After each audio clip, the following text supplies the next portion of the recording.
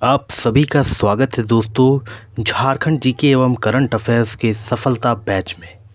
अगर आप झारखंड के किसी भी परीक्षा की तैयारी में लगे हुए हैं, जैसे जीपीएससी, झारखंड के कक्षपाल, उत्पाद सिपाही, झारखंड दरोगा, वन आरक्षी, झारखंड एलडीसी या फील्ड वर्कर एक्सेट्रा, जो भी आने वाले हैं एग्ज़ाम, उनके भी प्रिपरेशन में अगर आप लगे हुए हैं या आप प्रिपरेशन करने की सोच रहे हैं, तो ये मॉक टेस्ट सीरीज आपको आपके एग्ज़ाम में बहुत अच्छे मार्क्स लाने में मदद करने वाला है। आज हम लोग शुरू करने जा रहे हैं इस सीरीज़ का डे 2। इससे पहले मैंने एक वीडियो अपलोड कर रखी है, आप लोग जाकर हमारे चैनल पे उसे देख सकते हैं। जैसा कि मैं आपको बता देता हूँ कि ये 60 डेज़ मॉक टेस्ट सीरीज़ है, इसमें 40 प्रश्न मिलते हैं। तो चलिए इसी से हम लोग शुरुआत करते हैं पहले प्रश्न से। तो आज का पहला प्रश्न है दोस्तों, वर्तमान में कौन सा जिला झारखंड में सबसे अधिक क्षेत्रफल में फैला है? चलिए सभी आप लोग एक एक आंसर करते चलिएगा कमेंट के ज़रिए। फ़िलहाल तो मैं लाइव तो नहीं आ रहा हूँ, लेकिन वीडियो अपलोड कर रहा हूँ, तो आप लोग कमेंट कर सकते हैं। तो इसका सही उत्तर हो जाएगा दोस्तों पश्चिमी सिंहभूम। क्या हो जाएगा? पश्चिमी सिंहभूम हो जाएगा। दूसरा प्रश्न आज का दोस्तों, जनवरी 2026 तक झारखंड राज्य में कितने जिले और कितने डिवीज़न शामिल हैं? बेसिक सा क्वेश्चन है दोस्तों, ये आप लोगों को पता होना चाहिए कि झारखंड में 24 जिले और 5 डिवीज़न मतलब प्रमंडल शामिल हैं। स्थापना के समय 18 जिले थे और प्रमंडल 4 था। उसके बाद कोल्हान को भी एक प्रमंडल बनाया गया।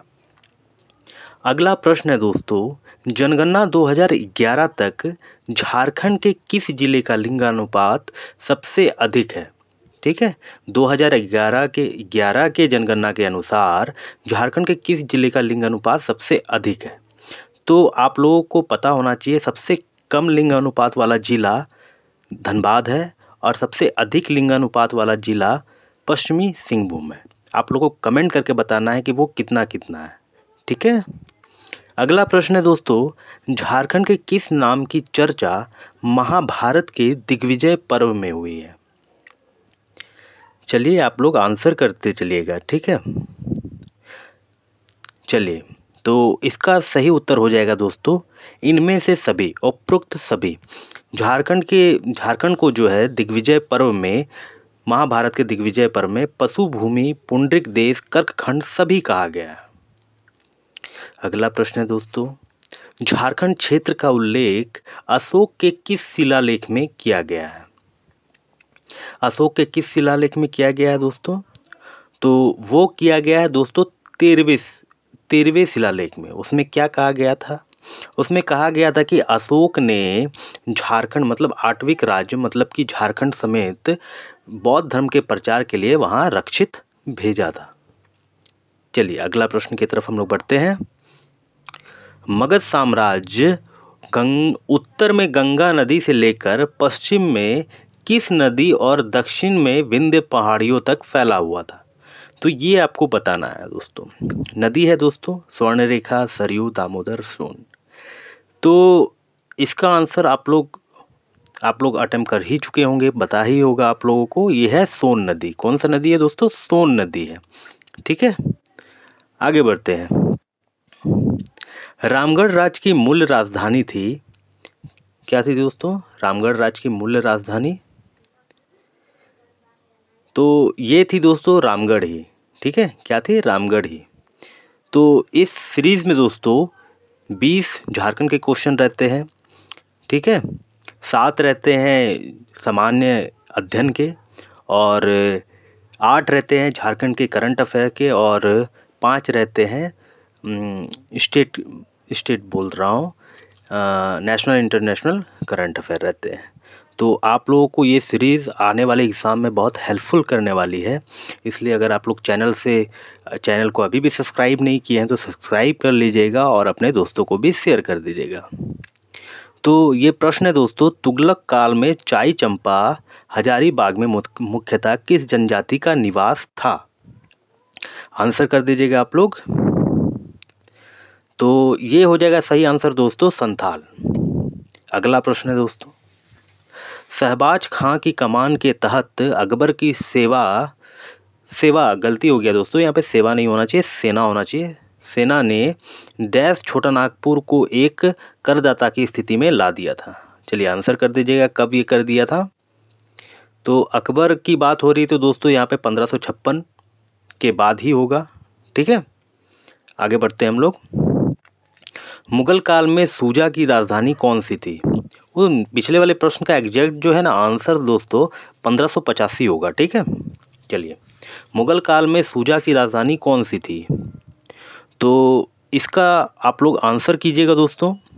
मैं बार बार बोलता हूँ कि आंसर करना बहुत ज़रूरी है दोस्तों, ये आप लोगों को हमेशा के लिए याद रह जाता है। ठीक है, तो इसका सही उत्तर हो जाएगा दोस्तों राजमहल।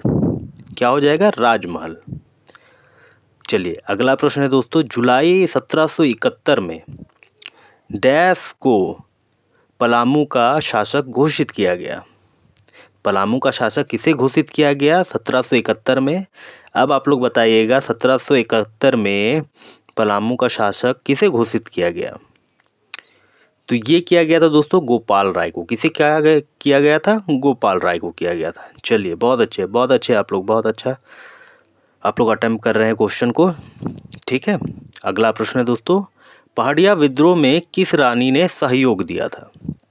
पहाड़िया विद्रोह हुआ कहाँ था दोस्तों, ये हुआ था साहिबगंज की तरफ। कौन कौन सा पहाड़िया विद्रोह था, कौन कौन था उसमें, सौरिया पहाड़िया और माल पहाड़िया। ठीक है, और इसमें कौन सी रानी ने सहयोग दिया था, महेशपुर की रानी। महेशपुर की रानी जो है पहाड़िया विद्रोह में सहयोग की थी, और उनको जो है बाद में किस जेल में डाल दिया गया दोस्तों, ये आप लोग कमेंट करके बताइएगा। चलिए, तिलका मांझी का विद्रोह किस शताब्दी के अंत में हुआ। तिलका मांझी का विद्रोह किस शताब्दी के अंत में हुआ।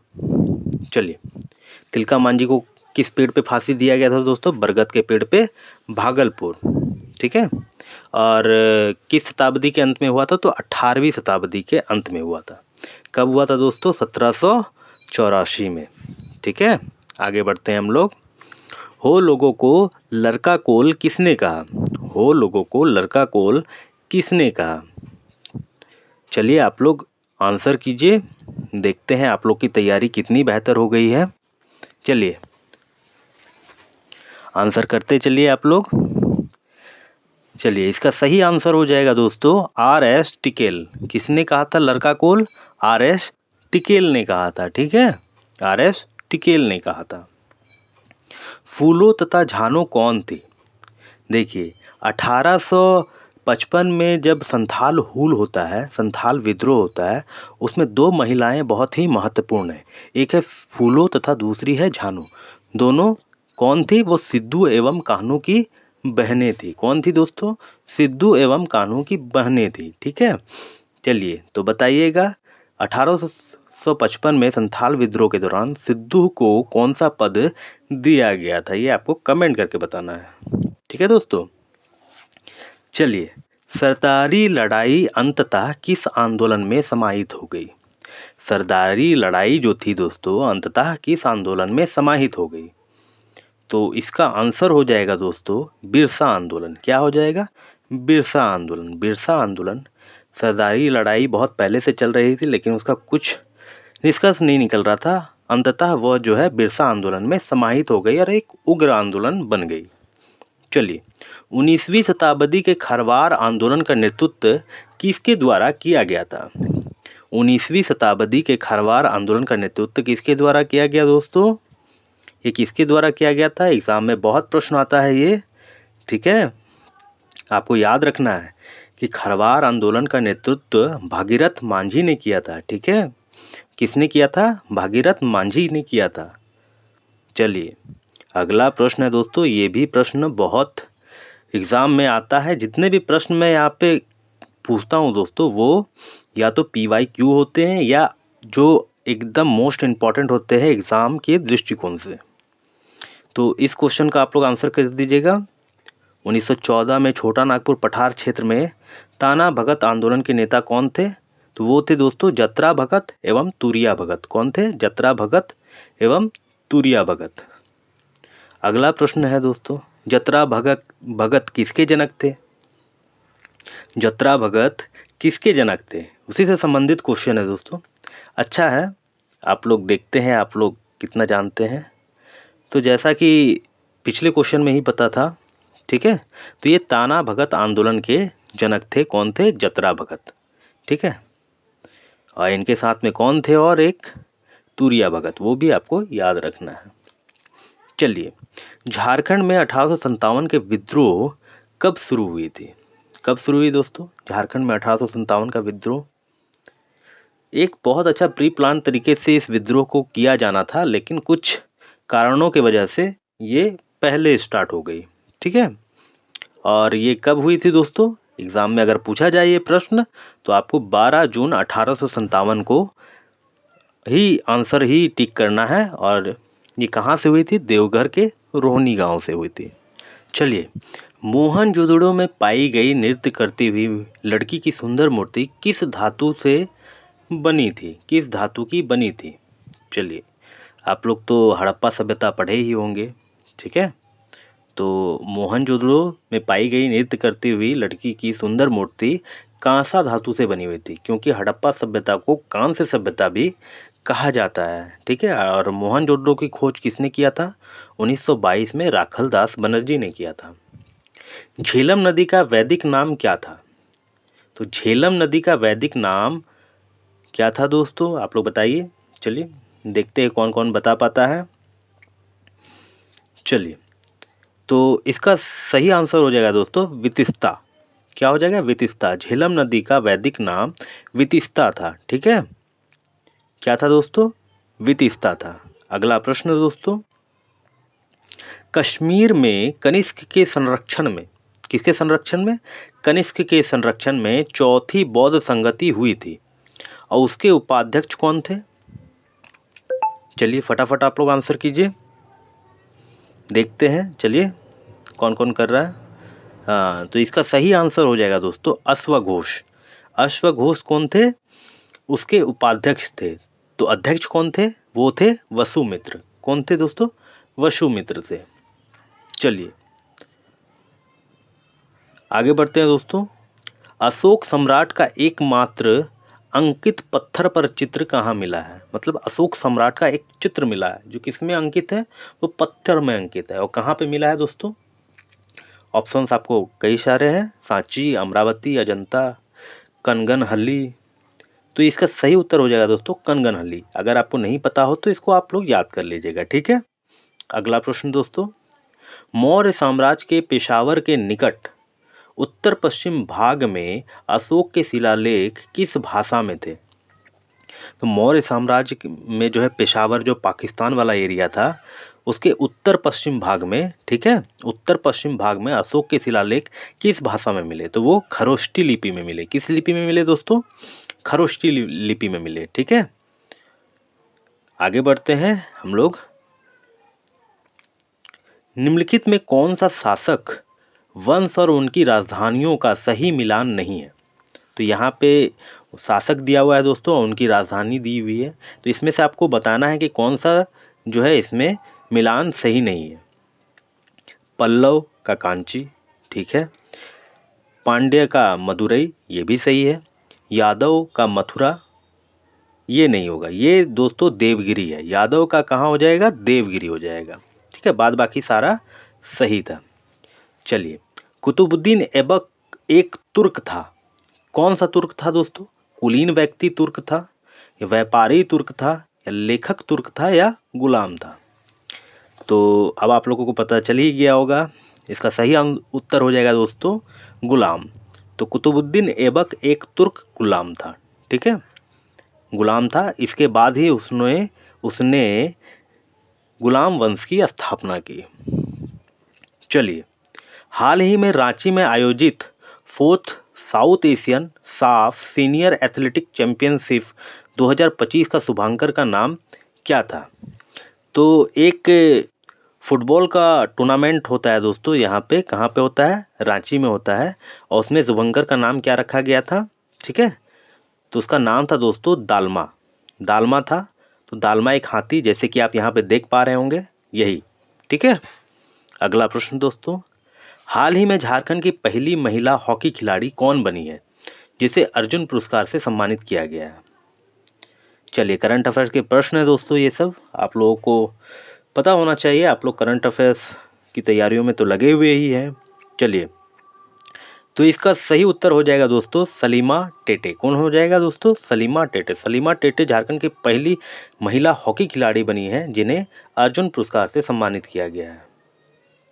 हाल ही में जारी भारत वन स्थिति रिपोर्ट 2023 के अनुसार झारखंड राज्य का कुल वन आवरण का प्रतिशत कितना है? चलिए, आपके ऑप्शंस दिए हुए हैं यहाँ पे। चलिए, आप लोग फटाफट आंसर कीजिए सब कोई, एक भी बचा नहीं रहना चाहिए, आपको आंसर करते चलना चाहिए, ठीक है। चलिए, इसका सही उत्तर हो जाएगा दोस्तों 29.81%। कितना हो जाएगा? 29.81% हो जाएगा। चलिए, अगला प्रश्न है दोस्तों, वर्तमान में झारखंड के संसदीय कार्य मंत्री कौन है? चलिए, आप लोग को बताना है कौन है। राधा कृष्ण किशोर हैं, योगेंद्र प्रसाद हैं, नेहा शिल्पी तिर्की है, माफ़ कीजिएगा दोस्तों, शिल्पी नेहा तिर्की है, या इरफान अंसारी हैं। तो इसका सही उत्तर है दोस्तों राधा कृष्ण किशोर हैं, ठीक है। और ये वित्त मंत्री भी हैं, वाणिज्य कर मंत्री भी हैं, ठीक है, और संसदीय कार्य मंत्री भी हैं, ठीक है। अगला प्रश्न है दोस्तों, झारखंड के किस पूर्व मुख्यमंत्री को उड़ीसा का राज्यपाल नियुक्त किया गया था? तो ये किसे किया गया था दोस्तों? चलिए, आप लोग सबको पता ही होगा, ये है दोस्तों, कौन है? चलिए, ये है दोस्तों रघुवर दास। कौन है? रघुवर दास है। रघुवर दास ही जो है झारखंड के पूर्व मुख्यमंत्री हैं जिसे उड़ीसा का राज्यपाल नियुक्त किया गया था। बाद में उन्होंने इस्तीफा दे दिया इस पद से, ठीक है। अगला प्रश्न है दोस्तों, झारखंड में कला को बढ़ावा देने के लिए सोहराय और कोहबर कला को किस वर्ष जीआई टैग प्रदान किया गया था? बहुत इंपॉर्टेंट क्वेश्चन है दोस्तों, एग्जाम में एकदम 100% पूछे जाते हैं। चलिए, ये है दोस्तों 2020 है। कब दिया गया था इन्हें? 2020 में दिया गया था। तो जितने भी मैं प्रश्न करा रहा हूँ दोस्तों, इसको आप लोग एकदम याद कर लीजिए, या इसी टॉपिक से रिलेटेड और भी जितने भी प्रश्न हैं वो सब भी आप लोग याद करते चलिए। चलिए, अगला प्रश्न है दोस्तों, आईपीएल ऑक्शन में चुने जाने वाले झारखंड के पहले आदिवासी क्रिकेटर कौन है? तो ये है दोस्तों रॉबिन मिंज है। कौन है? रॉबिन मिंज है। इन्हें रांची का क्रिस गेल भी कहा जाता है। इनका उपनाम क्या है? रांची का क्रिस गेल भी इनको कहा जाता है, ठीक है। रॉबिन मिंज आप लोग याद रखिएगा। गुजरात टाइटंस ने इन्हें पहली बार खरीदा था 3 करोड़ 60 लाख रुपए में। इस बार इसे मुंबई इंडियंस ने खरीदा है, ठीक है। मुख्यमंत्री अबुआ स्वास्थ्य सुरक्षा योजना के तहत राज्य के प्रति परिवार को प्रति वर्ष कितने रुपए तक का निःशुल्क इलाज दिया जाएगा? तो ये दिया जाएगा दोस्तों 15 लाख रुपए, ठीक है। कितने दिए जाएंगे? 15 लाख रुपए प्रति परिवार को प्रति वर्ष, ठीक है, इलाज के लिए। चलिए, आगे बढ़ते हैं। हाल ही में BWF एथलीट आयोग के अध्यक्ष किसे नियुक्त किया गया है? BWF होता क्या है दोस्तों? ये बैडमिंटन फेडरेशन है, ठीक है। इसका जो है अध्यक्ष, इस आयोग का अध्यक्ष किसे चुना गया है? तो सिल्वर गर्ल PV सिंधु को चुना गया है। मैं सिल्वर गर्ल क्यों कह रहा हूँ इनको? क्योंकि इन्होंने रियो ओलंपिक में सिल्वर मेडल जीता था और इसके बाद टोक्यो ओलंपिक में इन्होंने ब्रॉन्ज मेडल जीता था बैडमिंटन में, ठीक है। तो ये पहली महिला है जिन्होंने ओलंपिक पे 2 मेडल्स जीता है, ठीक है। हाल ही में पहले खेलो इंडिया ट्राइबल्स गेम्स के लिए कौन सा शुभंकर लॉन्च किया गया है? तो पहला जो है दोस्तों खेलो इंडिया ट्राइबल्स गेम्स का शुभंकर जो है क्या है दोस्तों?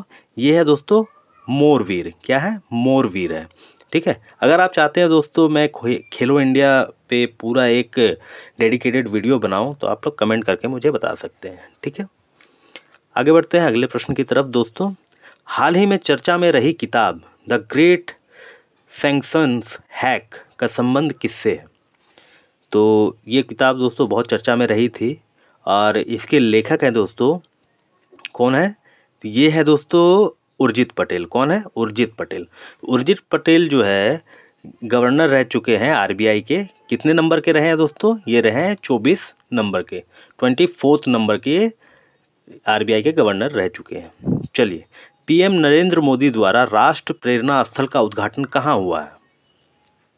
चलिए आप लोग आंसर कीजिएगा दोस्तों। ये है दोस्तों उत्तर प्रदेश में किया गया है। कहाँ किया गया? उत्तर प्रदेश में लखनऊ में किया गया है। प्रेरणा स्थल का उद्घाटन करके जब हमारे पीएम जब चले गए वहाँ से, तो लोग वहाँ से गमले उठा उठा के अपने घर लेके गए, फूलों के गमले। ये हो रहा था वहाँ पे। चलिए आगे बढ़ते हैं। इसरो किस देश का अब तक का सबसे भारी payload blue bird block 2 communication satellite launch करेगा? इसरो है ना, इंडियन स्पेस रिसर्च ऑर्गेनाइजेशन। आप लोग को बताना है इनका गठन कब हुआ था, कमेंट्स में बताइएगा आप लोग, ठीक है। तो ये जो है इसका सही उत्तर हो जाएगा दोस्तों यूएसए का जो है एक blue bird block 2 communication satellite जो है, जो इसरो लॉन्च करेगा, जो कि सबसे भारी है अब तक का। चलिए दोस्तों, अगर आप लोगों को इस क्लासेस का पीडीएफ चाहिए तो आप लोग टेलीग्राम लिंक को ज्वाइन कर लीजिएगा, ठीक है, जो कि डिस्क्रिप्शन पे है। वीडियो को लाइक कर दीजिएगा, कमेंट कर दीजिएगा और अपने दोस्तों को भी शेयर कर दीजिएगा, वीडियो आप लोगों को इन्फॉर्मेटिव लगता है तो। और बाद बाकी आप लोगों से आप यही रिक्वेस्ट रहेगी कि आप लोग जो है वीडियो को पूरा देखा कीजिए, क्योंकि आप लोगों के लिए ही ये मैं बना रहा हूँ। इतना मैं जो भी यहाँ पे इतना मेहनत कर रहा हूँ, समय अपना जो है जो दिनचर्या से निकाल रहा हूँ, तो उससे बस आप लोगों के लिए ही निकाल रहा हूँ, ठीक है। तो इसलिए आप लोगों से मैं कहना चाहूँगा, आप लोग वीडियो पूरा देखिए और जो भी प्रश्न मैं यहाँ पे करा रहा हूँ, वो प्रश्न बस आप एग्ज़ाम में एकदम हूबहू ऐसे ही प्रश्न आएंगे ही आएंगे, आप लोग ये मान करके चलिए, ठीक है। चलिए तब फिर मिलते हैं आप लोगों से अगले वीडियो में। चलिए धन्यवाद।